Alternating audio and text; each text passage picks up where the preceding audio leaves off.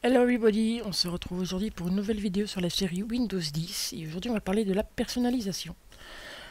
Donc qu'est-ce que j'entends par personnalisation? Eh bien la personnalisation du fond d'écran, la personnalisation de l'écran de verrouillage et la personnalisation de l'avatar. Éventuellement aussi des couleurs. Donc il y a certaines choses que vous connaissez déjà si vous utilisez Windows 8 ou Windows 8.1, par contre pas si vous utilisez Windows 7. Donc pour la personnalisation, euh, Microsoft a prévu un endroit spécifique sont ici les paramètres qui remplacent un peu le panneau de configuration, donc l'ancien panneau de configuration, mais qui existe toujours. Donc moi je l'ai mis ici, voilà, si je clique dessus, vous voyez il est toujours là, il n'a pas changé. Et on peut toujours personnaliser par ici. Mais il y a un autre endroit où, donc ici paramètres, où Windows a regroupé certaines fonctionnalités, dont la personnalisation. Donc normalement on peut personnaliser à partir de là l'arrière-plan, l'écran de verrouillage, les couleurs et le son. Sauf que je ne sais pas pourquoi, dans cette build, ils ont tiré les trois quarts. La build d'avant, ils étaient bien tous là. Enfin, la personnalisation, je recommence, les paramètres n'étaient pas mis de la même façon.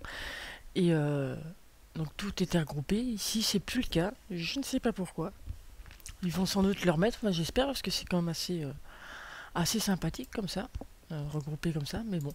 Donc je vais commencer par l'écran de verrouillage. Et donc pour ceux qui ne savent pas, donc quand on fait un CTRL ALT et DELETE verrouiller l'écran, verrouiller l'ordinateur pardon, ou un drapeau L, on peut verrouiller son écran. Et donc pour Windows 7 il faut faire CTRL ALT DELETE et remettre son mot de passe. Pour Windows 8 ça réouvre l'écran et on peut remettre son mot de passe. J'ai fait une petite vidéo de démonstration, mais je ne peux pas la faire en direct parce que ça ne fonctionne pas. On m'entend encore, mais on ne voit pas l'image. Donc j'ai fait une vidéo avec mon smartphone que j'incorporerai dans cette vidéo-ci. Je vous dirai à quel moment. Donc pour le paramétrer, donc pour le moment il ressemble à ça. Et donc je vais pouvoir changer l'arrière-plan, soit par une image. Donc j'ai des images par défaut. Ça c'est une image que j'ai déjà mis moi pour les tests. Et donc je peux faire parcourir et aller chercher l'image que je veux. Et donc là j'aurai une image unique. Mais je peux aussi mettre un diaporama d'images, donc plusieurs images. Et là je vais devoir ajouter un dossier. Donc ici je l'ai déjà mis. Donc j'avais d'abord fait avec le dossier image, mais là il ne l'accepte pas. Donc ce que j'ai fait, c'est que j'ai créé un dossier wallpaper dans lequel j'ai mis plusieurs images. Donc ici voilà, il ne met aucun élément parce que lui il cherche des dossiers et qu'il n'y en a pas. Donc je vais choisir wallpaper. Je vais choisir ce dossier. Ici je l'ai en double. C'est très bien. Normalement ça doit fonctionner parce qu'il me dit que j'ai besoin de plusieurs images pour mon diaporama. J'en ai plusieurs. Je ne sais pas pourquoi il continue à me mettre ce message. Mais donc normalement ça doit fonctionner. Donc vous voyez aussi, donc j'ai un aperçu. Vous voyez aussi que j'ai l'heure et la date. Ça c'est ici l'application que je souhaite, dont je souhaite afficher les détails. Je pourrais changer et par exemple mettre la météo. Je peux aussi choisir les applications qui vont pouvoir mettre les notifications sur cet écran de verrouillage. Et là, ça se passe ici. Donc j'ai d'autres paramètres. Ce sont les paramètres de l'écran de veille et les paramètres d'alimentation que je vais pouvoir gérer avec ces petits liens. Voilà.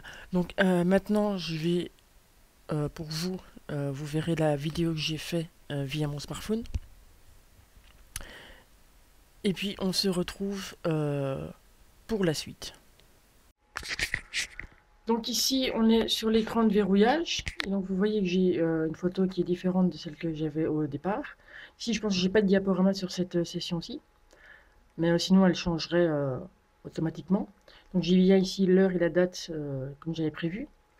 Et vous voyez qu'ici, je vais m'approcher un peu, j'ai des notifications de mail. Et j'ai des icônes, donc l'icône de ma batterie et du réseau. Donc voilà, pour sortir de l'écran de verrouillage, je vais appuyer sur la barre d'espace. On peut appuyer sur n'importe quelle touche. Et donc là, il ne me reste plus qu'à rentrer mon mot de passe. Voilà, je fais Enter, j'appuie sur la flèche et je suis à nouveau sur ma session. Voilà. Ensuite, donc par ici, je vais pas pouvoir faire l'arrière-plan de bureau. Par contre, si je tape ici dans la recherche, normalement arrière, je devrais avoir modifié l'arrière-plan du bureau. Donc si je clique là-dessus, je me retrouve avec mon l'ancien menu, celui qui était déjà à partir de Windows 7, et où je vais pouvoir choisir une ou plusieurs images d'arrière-plan. Donc soit dans les arrière-plans de Windows par défaut, soit dans la bibliothèque d'images. Et donc ici, j'en ai pris plusieurs. Je vais en garder qu'une seule. Si tu veux bien. Non. Ah, voilà. Il y a eu un petit bug. Ça arrive, hein, c'est une version d'évaluation. Ah non, j'en prends deux. Ah, voilà. Voilà, c'est une version d'évaluation, des fois ça bug un peu. Donc la position de l'image est toujours les mêmes,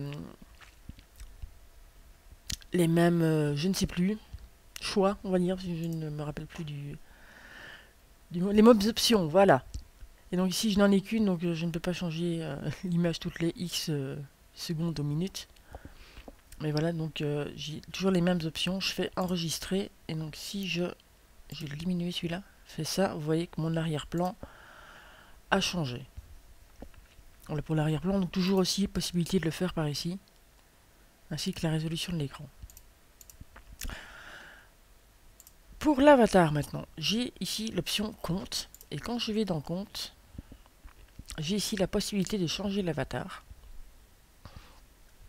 et aussi de me connecter à un compte Microsoft. Ce sera par ici.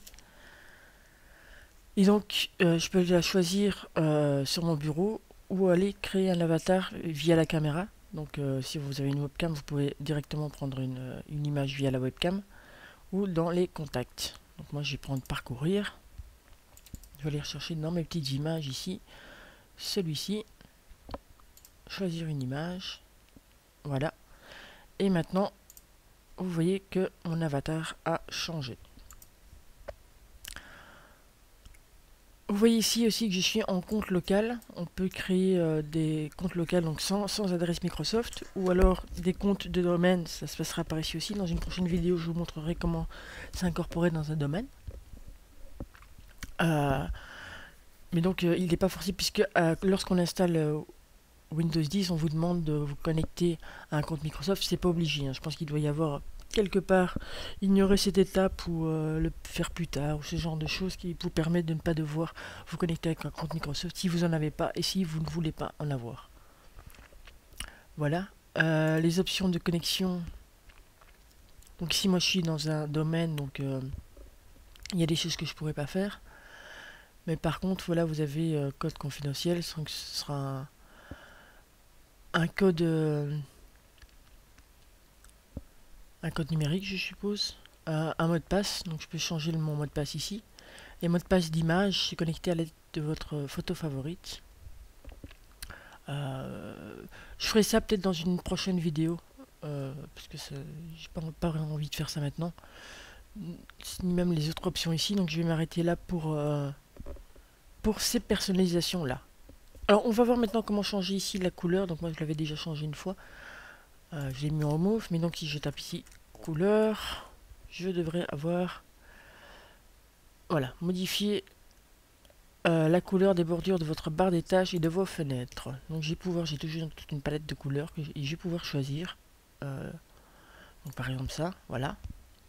Je vais enregistrer les modifications. Donc j'ai aussi l'intensité des couleurs, donc je peux faire plus.